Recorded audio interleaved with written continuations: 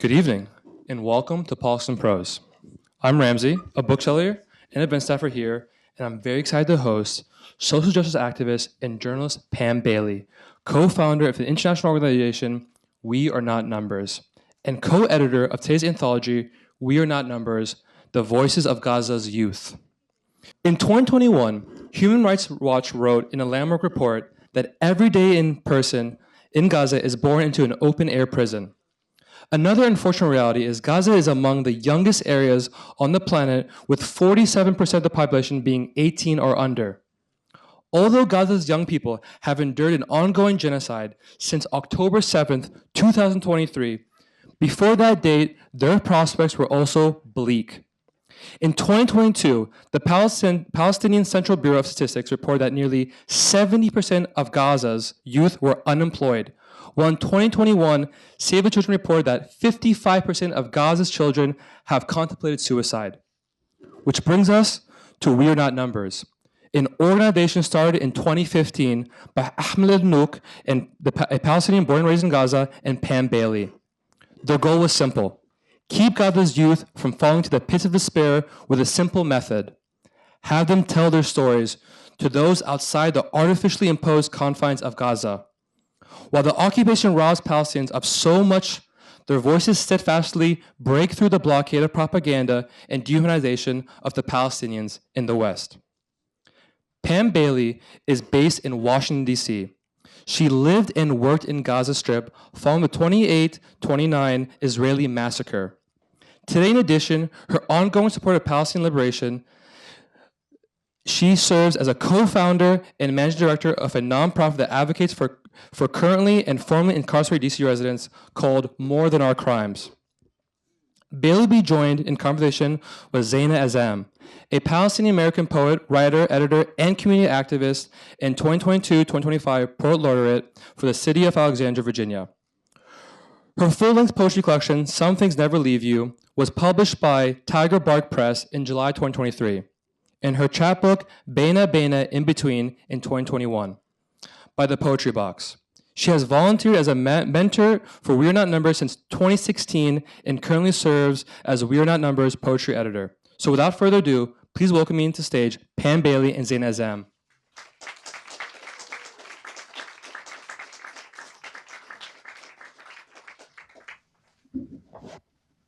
Let's see, is this working? Yeah.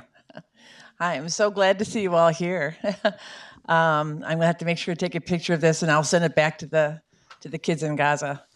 I'm gonna start off with the sort of founding story of We Are Not Numbers, which actually we tell in the beginning of the book for any of you who've already read through it. It's important to revisit it though, because I think you'll find the story illustrates the importance of just human connection, and really any one of us can make a difference. This is one of those issues, and it's really true for all difficult issues. It can start to feel like there's nothing you can do. And I think my story illustrates is it's amazing what you can do if you care enough about it. So this goes back to 2014, right after that war, which I have to tell you that I thought at the time, would be the worst we'd ever seen. It shocks me, to be honest, to be where we are today. I was living and working in Gaza, and there was a young man I had met very casually at a birthday party in somebody's home, and I was following up with him, and it was a couple weeks after the war had sort of come to an end, although it really never does come to an end. I think you know that. And I noticed that here a young man who had been a very prolific poster on Facebook had gone completely quiet, and his profile photo was black. So I reached out to him, and I asked a question I've now come to hate, and I would encourage you never to ask it because it doesn't give you meaningful answers. It's how are you? And what do people always say? Good, fine, or okay, right? It's not really a question people answer thoughtfully, and most of us don't stop to try to get meaningful answers. But I obviously knew that, look, you're not okay. So I said to him, no, I know you're not. Tell me something real. That's actually a signature line that I became known by among the kids. And I learned, of course, that one of his older brothers had been killed in the war. He idolized that brother. I knew that from the brief little bit I knew about him. He idolized him. And he was devastated. And so rather than, I think a lot of us, I think you'll relate to this when we hear about a tragedy in somebody's life, there's a tendency to want to avoid the subject, right? I didn't. I leaned into it.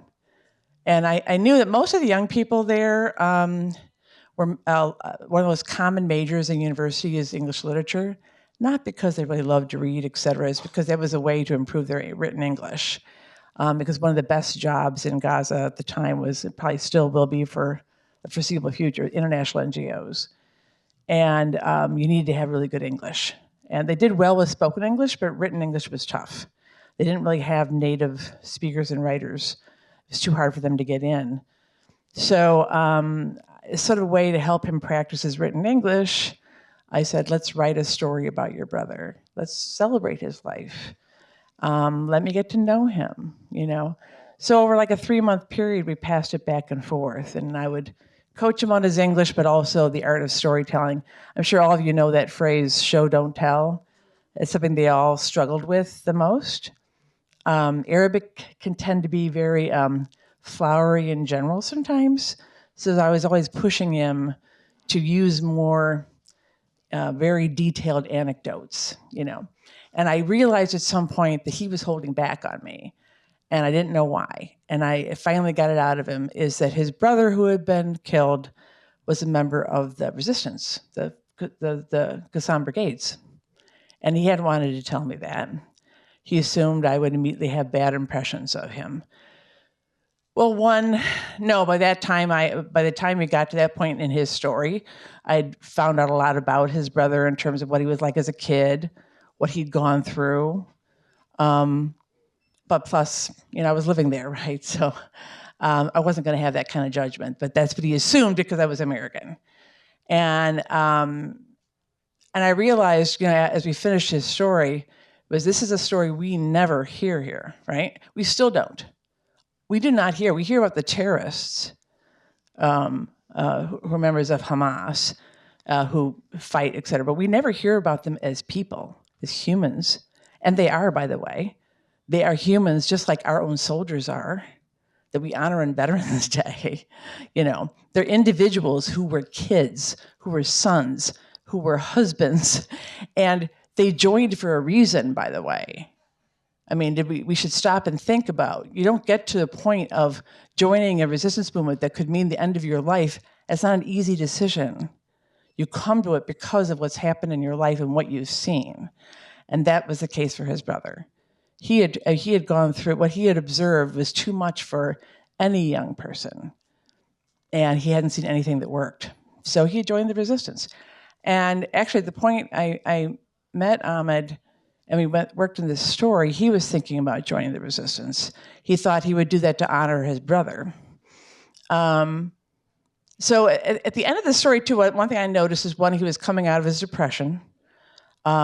His writing was really improving, much more so. He said that his writing improved more in 3 months than it did in a year of school.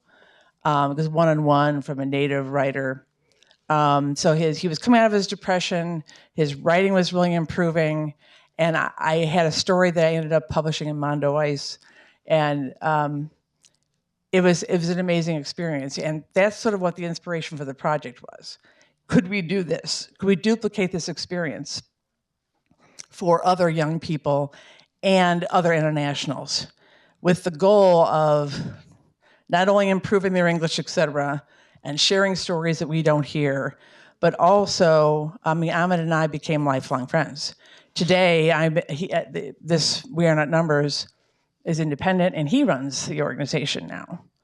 And Zeina will tell you in a little bit, because she was one of the very early mentors, that's what we hope to happen, is that these young people in Gaza who felt very isolated and misunderstood would develop close friendships and champions in the outside world who would help them like on scholarship essays, maybe help them get scholarships, help them, in all sorts of ways, but also emotional. In fact, early on, when we started We Are Not Numbers, and I thought the best mentors would be the famous people, so the Susan Abuhawa, the people you hear about. Turns out they're not. They're not the best mentors. They're very busy.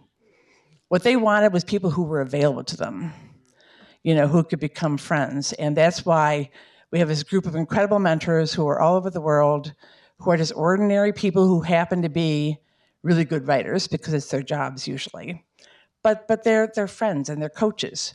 And in fact, that's why so many of them have scholarships today. There's an amazing number of our young writers who went on to get scholarships and have managed to make it outside of Gaza. So that's sort of how We Are Not Numbers came to be. And the book, so we started, the project officially kicked off in 2015. This is its 10th anniversary this year. We ended up having, for this book, I had to personally read all of them at one time, which was a very emotional experience. I literally sat for like days rereading all the stories and crying because I felt like I had failed them in some way. Because I was idealistic when we first started this. I really thought that in addition to the other goals I told you, I thought maybe sharing these stories could change things. And to some extent we have, right? Like the public opinion polls, I don't know, you probably have all experienced this yourself. Now when I mention Gaza to people who aren't like already in the choir, I'm amazed at how many are friendly, are sympathetic, are aware and informed. And that's a big change. The fact that we have people in Congress, who have introduced a bill. I know we don't have enough, but the fact that it was introduced at all to control funding to Israel, whatever, is an amazing change. But regardless, we had a war that is worse than 2014 exponentially, and I did sort of feel like I'd failed them. But also one of the more emotional parts of reading the stories was that I had to find out where they all were today, because some of the early writers we'd lost touch with. And some of them have died, some of them are still in Gaza, but an amazing number have managed to get out. We'll talk about that more later. But that's what the book is. It's a collection of some of the best stories. It was very hard to choose. It's very hard to choose which ones to feature. From 10 years. And the last thing I'll say before I want to have Zeina talk about what it's been like, because she was one of the early mentors, is that this book is an answer to why October 7th happened. Because if you read the book, you will see that every single year, over 10 years, not only were there attacks and assaults beyond the major wars, that we didn't even know about because they were happening all the time. But there was this, what I call structural violence, the lack of electricity, the lack of water, the complete inability to travel somewhere. Gaza is twice the size of DC, and of course now it's even smaller because Israel's like carved it in half. But they can't go on trips just for a change of pace. Just the huge unemployment rate. If you were, what I like to say is that I put any American there for 3 months, some of them are going to be throwing whistles. Some of them will be fighting back, because this is, when you live into these kind of conditions, that's the human response. So I'm going to so Zeina, you started like in the second year of the project as a mentor, just a mentor. And so maybe talk a little bit about what that experience was like and the kinds of connections you formed. Sounds good. Thank you. Nice to see you all. Welcome to hear about the book by We Are Not Numbers. As Ramzi mentioned, I've served as a mentor and Pam too since 2016, and it's been, I have to say, one of the most rewarding experiences of my life. I wrote some notes because I wanted to make sure I could cover everything. In the earlier days, I was mostly mentoring writers on their essays. Right now, I'm doing poetry pretty much. But I looked back to see what it is that they were writing at that time. They sent me pieces that tackled myriad subjects. For example, Mahmoud wrote about getting a scholarship to study in Spain, but then being denied a permit to leave Gaza. This is in the 2017 and on.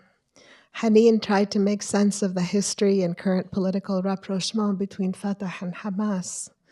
Lean conducted an interview with the distraught father of an innocent young fisherman who was shot and killed in his boat by Israeli naval forces. Yet despite their exceptional circumstances, young in Gaza, of course, are like their peers everywhere. Fadi wrote passionately about unrequited love, and through incisive essays, Lean expressed her dissatisfaction with women's status in society.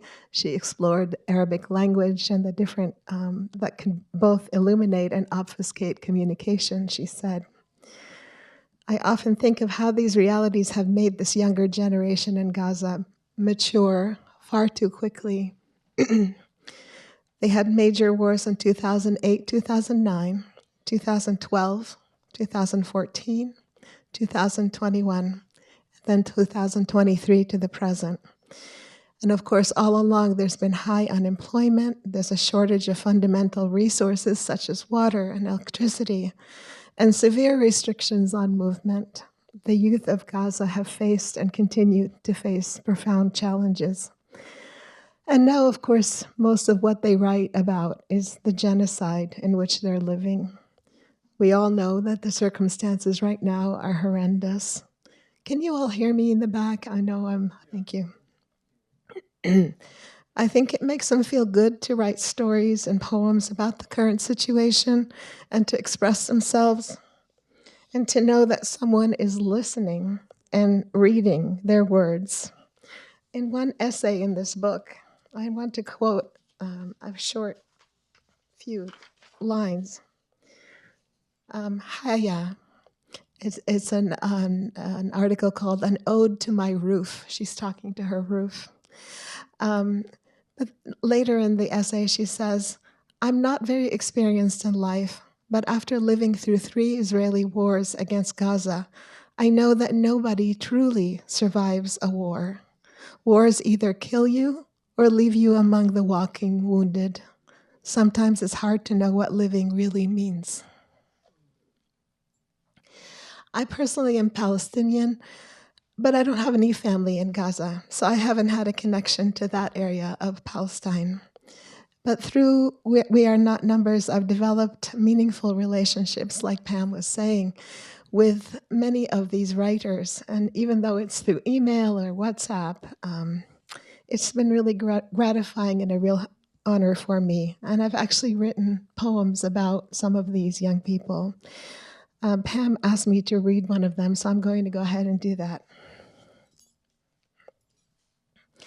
This is a poem about Ahmed, who lives in the north of Gaza and has been through, the entire 2 years plus of genocide and starvation and displacement.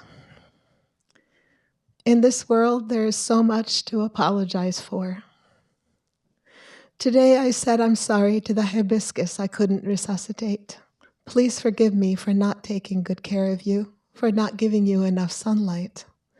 Somewhere there's a polar bear mother with her cub floating on a piece of ice, their home melting away in too much sun.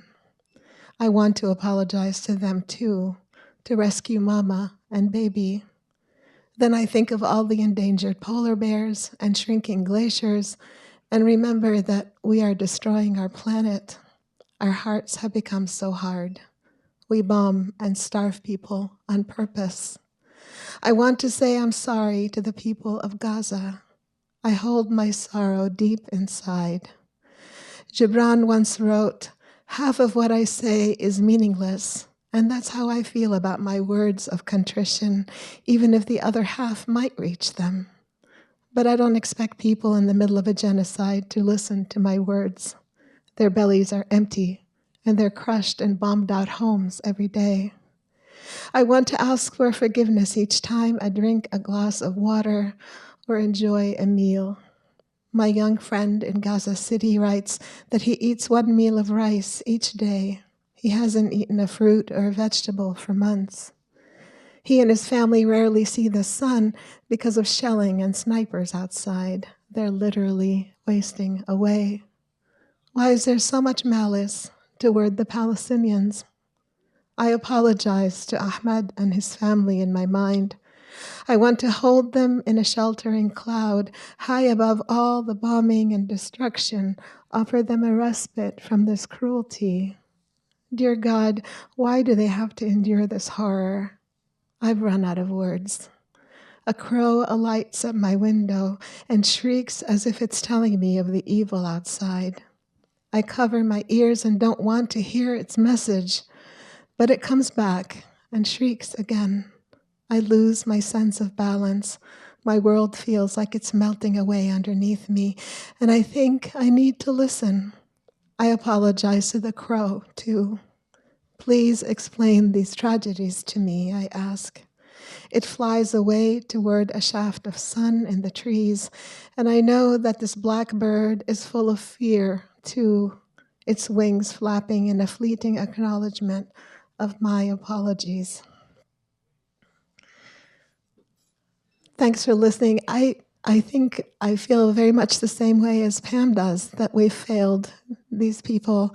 We've failed all of Gaza, and I don't know what else to do but apologize. Yeah, it's one of the most difficult things is for those who are left in Gaza. I mean, I literally had one of my friends there have a C-section without anesthesia. I mean, if you really try to sit with that for a minute. And I mean, it's pervaded my life so much that when I have three grandchildren actually now, and I go see them and they have an embarrassment of riches. I mean, like too many toys. I literally can't enjoy that. I feel guilty. I can't share that with my daughters because I don't want to, but it's really difficult for me to hold those two realities together. And even now, I'm sure you all been following the news, even with the ceasefire and this so-called deal has divided Gaza in half. And one side is going to be supposedly redeveloped with the Riviera or whatever, and the other side is going to be left alone because it's not under Israeli control. So reality for them has not improved. And it's going to be a struggle to keep people's attention on it because, there's always this tendency, both in the media and among activists to, once you get like a ceasefire or something, then to move on. And that's happened too many times in the past. But even the young people who have gotten out, and this, I've thought a little bit that this needs to be a subject perhaps of a second book, is, they have, most of them are now have scholarships. It should be a time of happiness for them, although it's also just a huge amount of work after, having no school, et cetera, for so long. But they have the guilt, number one, they have the guilt of their family being still there. And why is it that they're the lucky ones? But also every single penny they manage to make has to go back to Gaza. So they won't be able to progress like they should. And the crazy thing is that about half of any money that's sent back in is being taken by the middle people. So there's this capitalist system that continues. What amazes me, though, is that despite these extreme difficulties, and there was actually one young person who I wanted to include in the book. It broke my heart that she said no, she didn't want her story included because she no longer believes anything makes a difference. And she didn't want to be part of a farce. That was her attitude. It amazes me that more of them don't feel that way. Instead, we have more young people contributing writing than we did before, both inside Gaza and out. So the project is very healthy. They haven't they haven't given up at all from that point of view. Although in other respects, the other thing that really breaks my heart is these are very proud people. And I still remember most of the years, I was there during the Great March of Return, if those of you have heard of that. It was a very long, nonviolent protest that went for months. And, although not all of them actually participated, because so many people who did participate were losing legs, etc., their sense of resistance and pride in their culture and their home was still very strong. They've got to the point now, especially before the ceasefire, when it was like they would do anything to stop the fighting. If somebody even said, look, you all are going to have to move to another country, which is what people talked about for a while, they would do that. So for them to get to that point is truly sad. That's the murder of a culture, as far as I'm concerned. So there's that. But these young people are still writing. They still do believe in their voice. And I will say that that's been really gratifying. In the UK, where we had Penguin publish the book, we don't have that in the US, but it was number 5 on the overall bestseller list. Not just the Middle Eastern little niche, overall. That's amazing. That is really, truly amazing.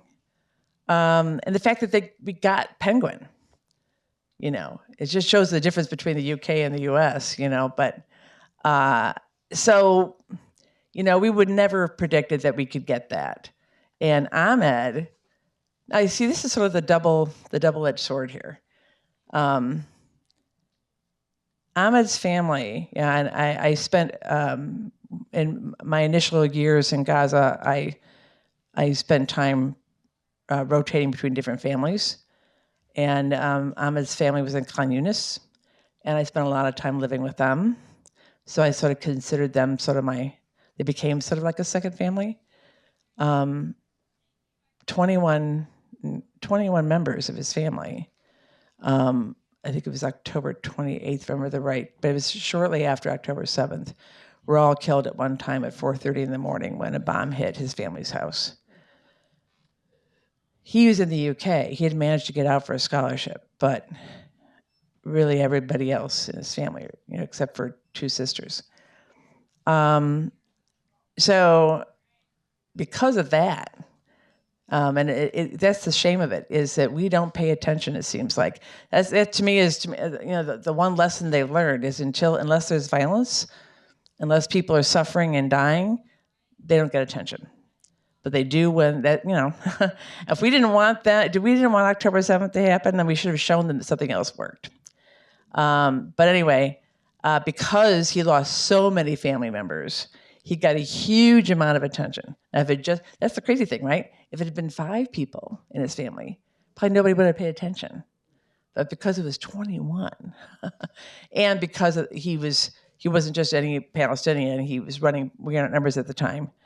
He got it was just a huge amount of publicity in the UK. So he actually literally spends almost all of his time now crisscrossing Europe speaking.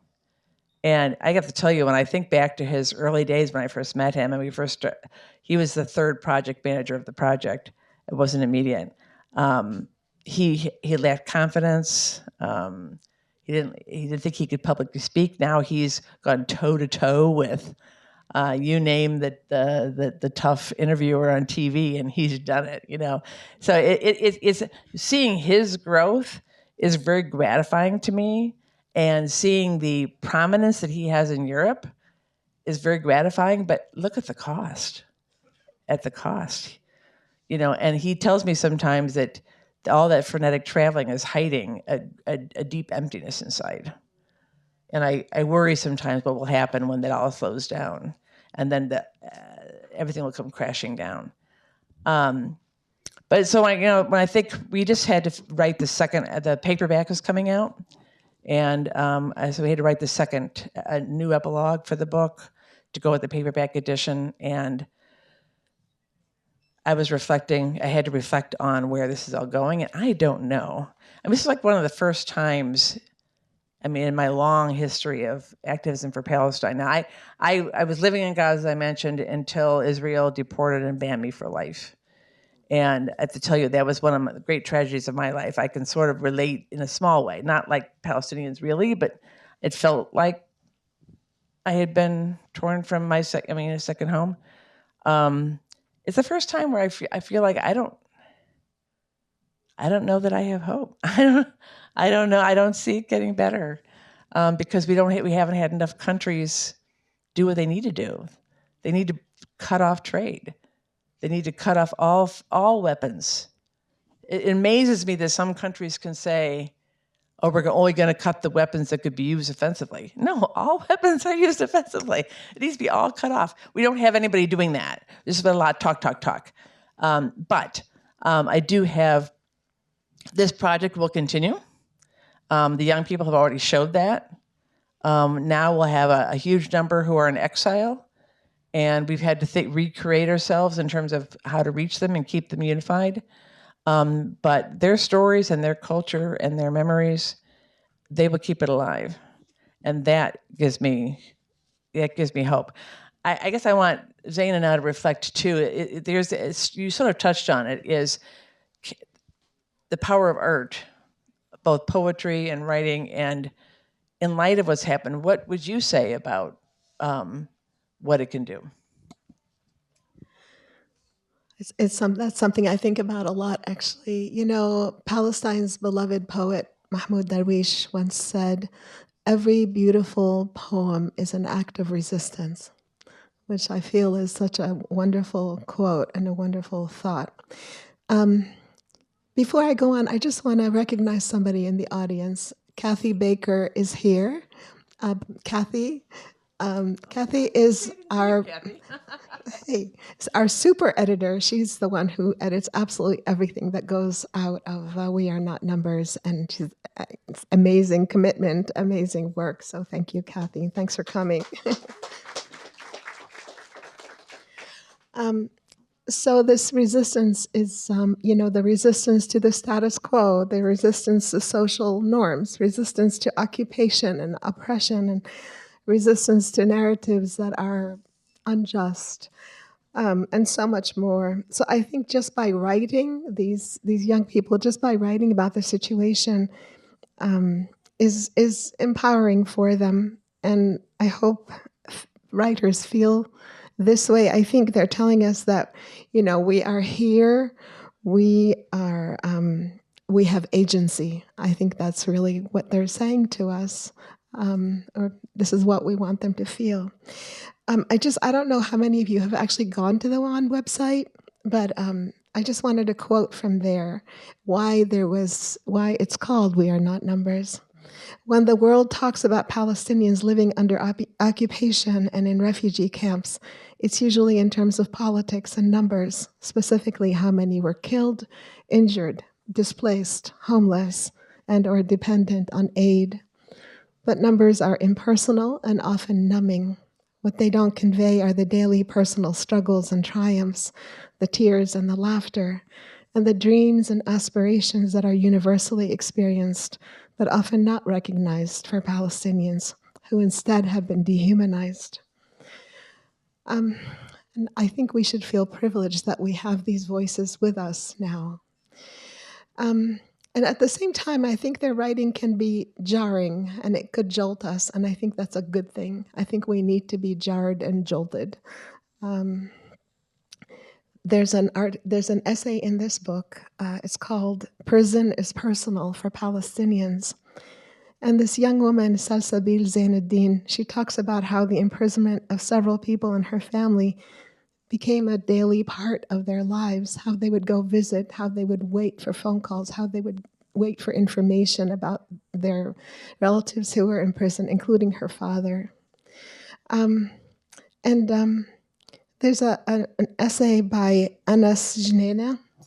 I thought I would read a couple of, just a little bit, if. Yeah, and I just want to say, if you go to the We Are Not Numbers website and go to the YouTube channel, there's a link to the YouTube channel, and you go down to some of the earlier videos. Anas, who now is in Kuwait, by the way, there's a video of him performing this particular essay, a part of it, not the full one. That's beautiful. So when you hear this, when you hear her read part of it, go find that video so you can see him in his own words. And actually, the young man he's with at the end is Ahmed. So you can see the young Ahmed. Yeah. I didn't know that. I have to look that up. Beautiful. His essay is just 2 pages. It's called "I Want the World to Know." I want the world to know that Gaza is all about life, just like any other place in the world. I want the world to know that Palestinians are neither victims nor heroes. Just like any other people, we wake up every day to go to school or work. We laugh when we hear a funny joke and cry when we have a toothache. We love the smell of the sea and the colors of the sky, especially at sunset. And we hate seeing the dentist even when we know we should. I want the world to know that when a Palestinian mother ululates over her son's death, it doesn't mean she's celebrating. Rather, it's an often unsuccessful attempt to persuade herself and her own children that she will not let grief engulf her. And she won't give up. But for the truth, look into her eyes and see what they speak. Or if you have enough guts, stand at her window at night to hear her moans and sighs. Goes on. Could you also, there's the other video that I encourage you to find when you do this, and it's in the same time frame, so it's almost right next to it, is a one called "I Am a Girl." Maybe you could read a little part of that, because I don't know that one, yeah, where it is. you're a much better reader than I am. But she did it when she was 15, and she talks about feeling like an old woman at 15. She today is in Saudi Arabia. She also was able to get out, but it's beautiful. I Am a Girl by Yara Judah. I am a girl who has no dreams and maybe no future. In a blink of an eye, I could be without hands, heart, and soul. I am a girl who lives under a roof which is under a sky occupied by thousands of planes full of rockets, who's surrounded by land without anyone to work it, because everyone is afraid of being killed by soldiers in the watchtowers, hidden but ready to fire at any time, without caring who they target and how their families will survive without them. Beyond that, there is a sea that, as much as we love it, terrifies us because it carries huge and creepy ships that can kill us as well. Shall I also tell you about the beautiful park turned into a scarred, barren land? Shall I tell you I would love to fly on a plane, but I'm so scared of being killed by one? Should I go on? Yeah, yeah. Shall I tell you that I'm scared to look at the sky and count the stars, because maybe they will suddenly turn into the lights that kill? I can't even write about these things that threaten my life without fearing I will die as a result. They took our childhood and happiness from us and then tell us we are the terrorists. Sorry, but I don't remember raising a weapon in your face to kill you, unless you consider the games we played to be terrorism. Do you know how much we wanted and fought in those games to be the police officer who defended the poor kids and protected them from the Israeli soldiers? What do you expect children to do when we are still so young, but can't erase the sounds of bombs or the pain of losing the ones we love when a rocket falls on their house and they didn't do anything to deserve such a death? And let us not forget the closing of the crossings, making it impossible to travel. Even when we can, it's as if the names on our IDs have a red line under them just because we're Palestinian. People treat us differently, like we're all terrorists. I'm a girl who, in parts of the world where the people matter, would be considered too young to ask such things, much less know anything about them. I'm a girl who was forced to be an old woman at the age of 15. I literally actually want to start crying when I hear that. I think back to her. I remember when she wrote that. And what's beautiful about the book too is that at the end of each of the essays, we tell you where they are. Now, of course, some time has gone by since it was published, but it's changed. But we tell you what happened to the writer since then. Like one of Ahmed's brothers, who I knew very well, has an essay published. He was one of the ones who died when his house was hit. And this is just weeks. He longed to be like, he admired Ahmed so much, and he wanted to be like Ahmed. He wanted to travel like Ahmed. And he had just gotten a scholarship for Australia, and he was so happy. And then he was killed just like, yeah. What is the start question? Yes, okay. We'll open up to questions.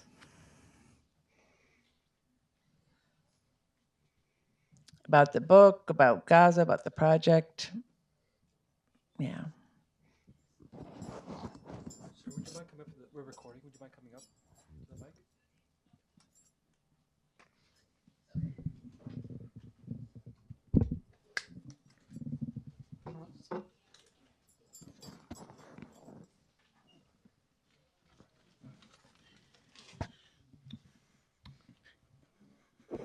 Can everybody hear me all right? Yeah. So given the current, geopolitical situation we find ourselves in with Gaza and, Palestine and Israel and everything going on right now, and the fact that we have this, it almost seems like a constant cycle where, whenever, there are, and, as someone who comes from, a secular Jewish background, it's always disturbing to hear people say that any criticism of Israel is anti-Semitic. And, it's like, what is your advice to those who are still shrouded and not, or like, I wouldn't say brainwashed, but those who are still like not convinced that this genocide is actually going on and that action needs to be taken to stop it and stop what Israel is doing in Gaza? What's the advice on how to talk to them? Yes.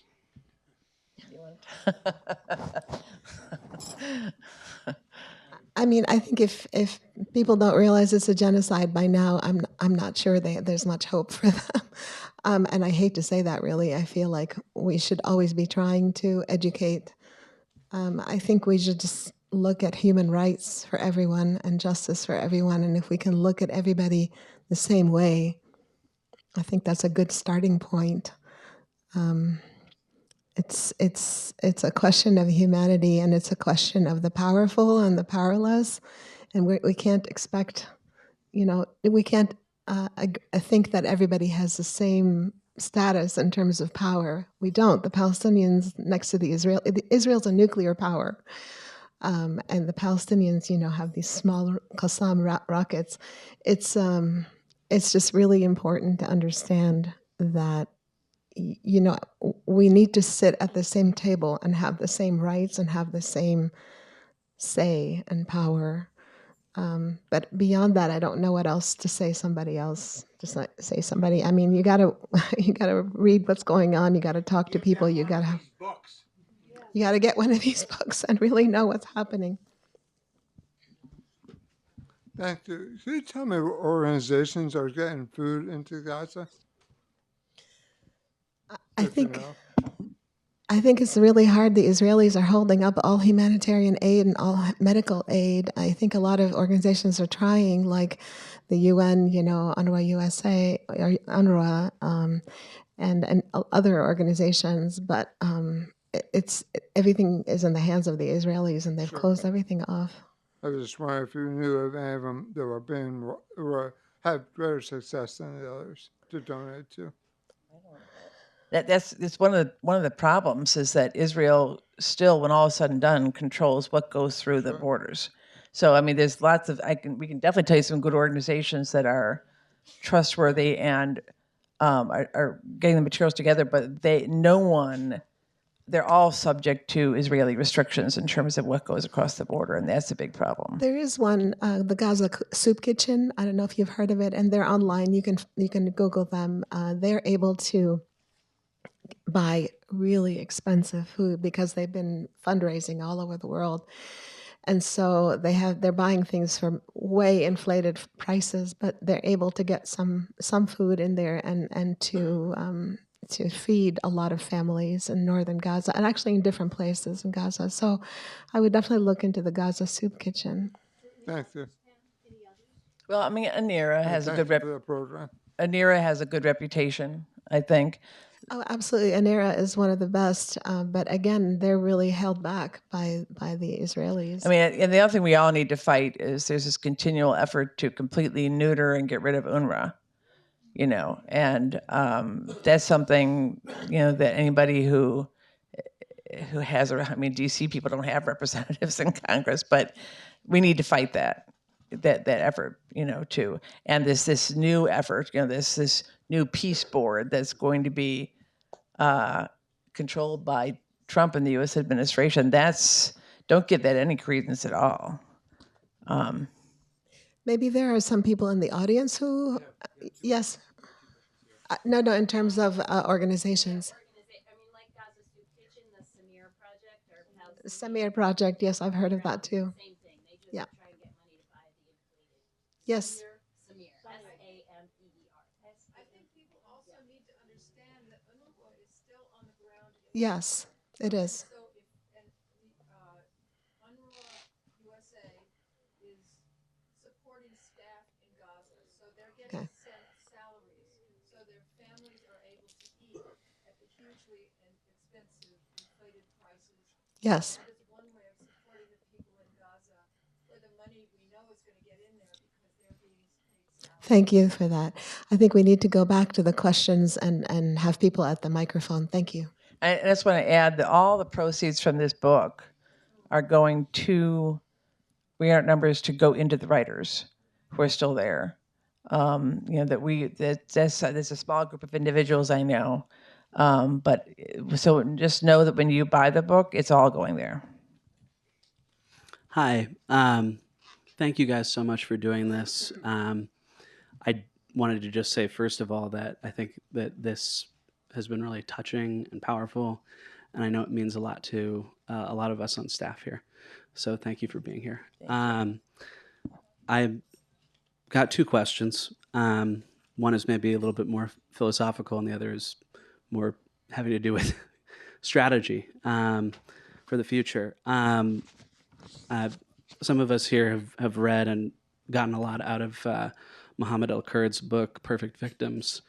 And I was reminded of the book numerous times throughout your talk, including whenever you read the line, Palestinians are neither victims nor heroes.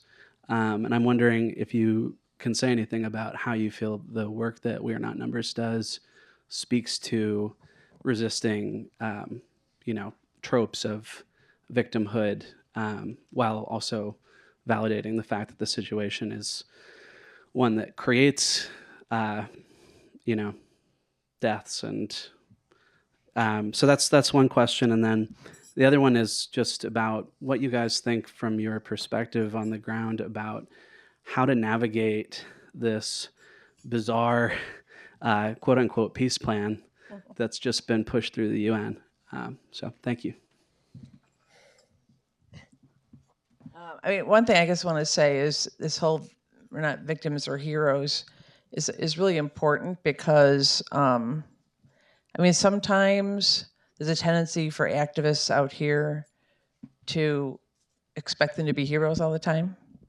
We expect them to be resisting all the time and to be saying to the bitter end that, no, we are going to stay on our land and we're not, and they just want to be seen as normal humans and not be held to a higher standard than we would our own selves,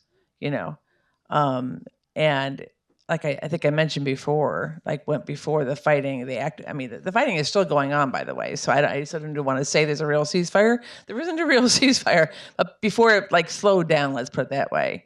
Like I said, they got to this point. Everybody I talked to, at least, we need it to end now, whatever it takes. We'll give up whatever it takes, and that's something that we tend to forget out here. Like the activists tend to forget out here, is that when this was an extreme way past any of the other wars that have happened before.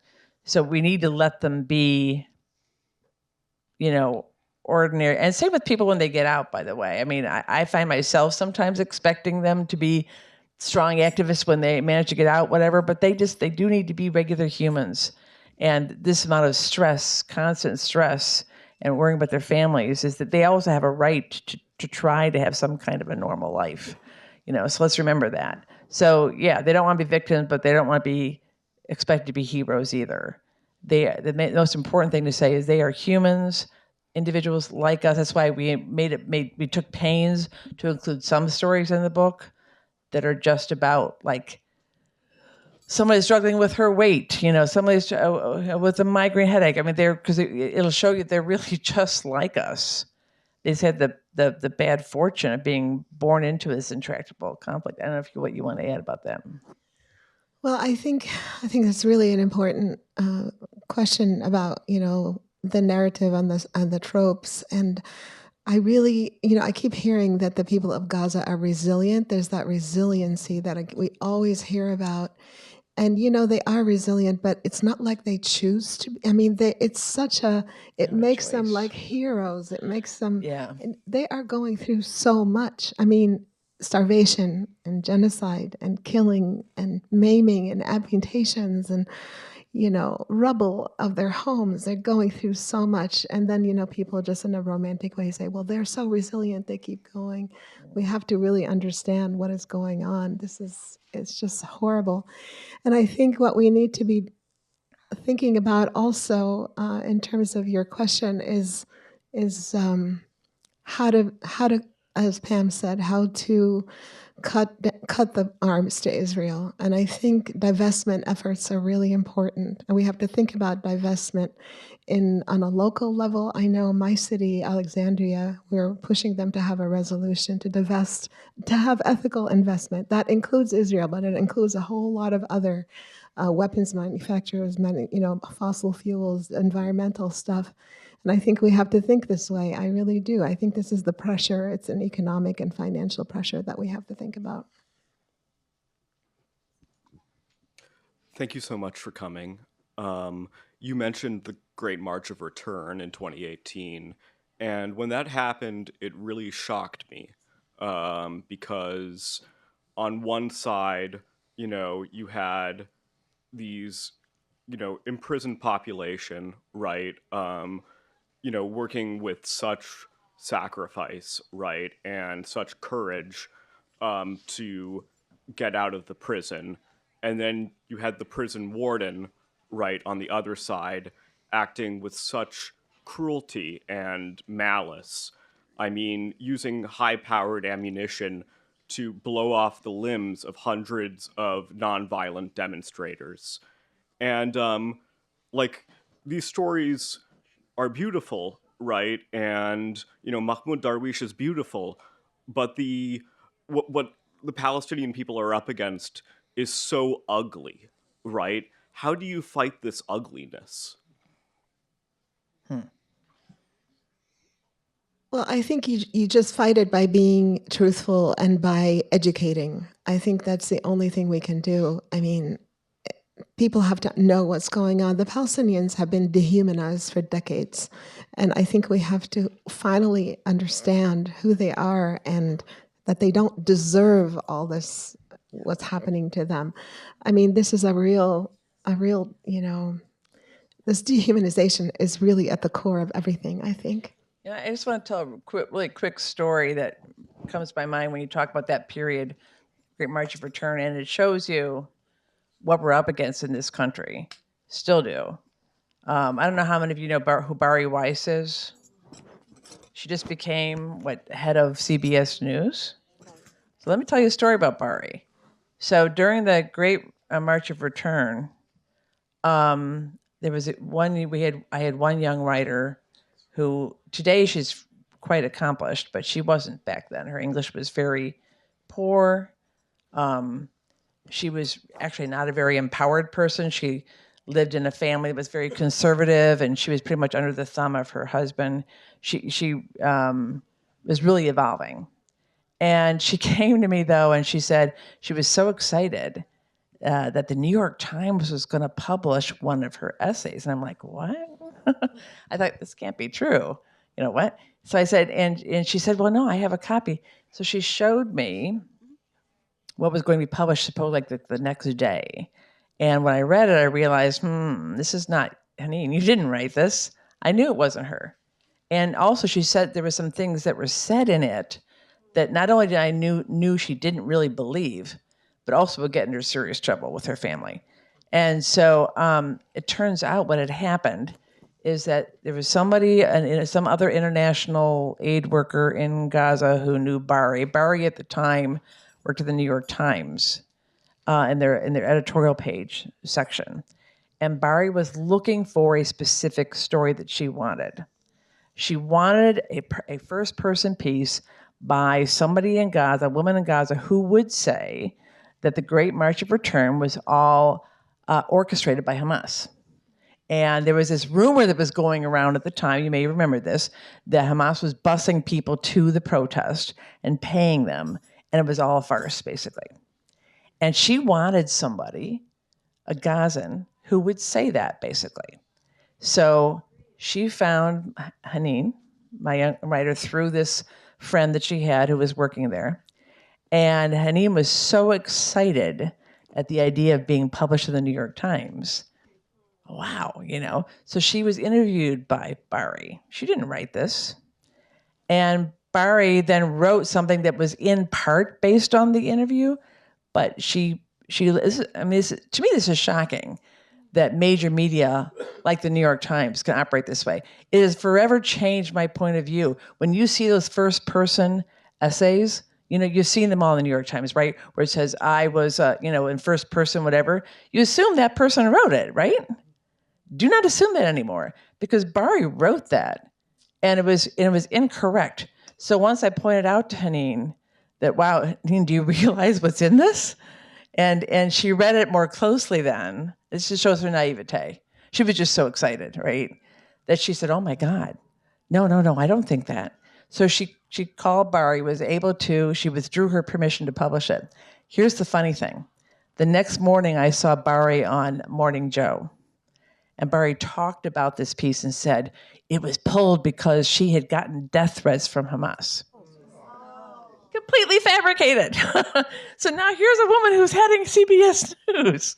So this is a real problem. You know, we still have, despite the fact that public opinion has changed, so we're up against. Anyway, so.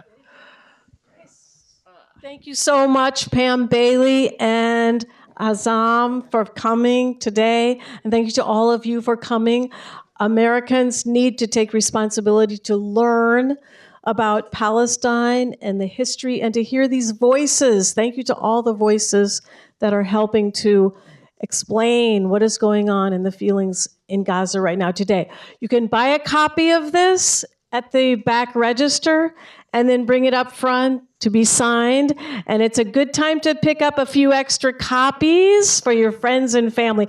All of the proceeds go towards this very, very important project. So thank you all. Thank you both so much for coming today.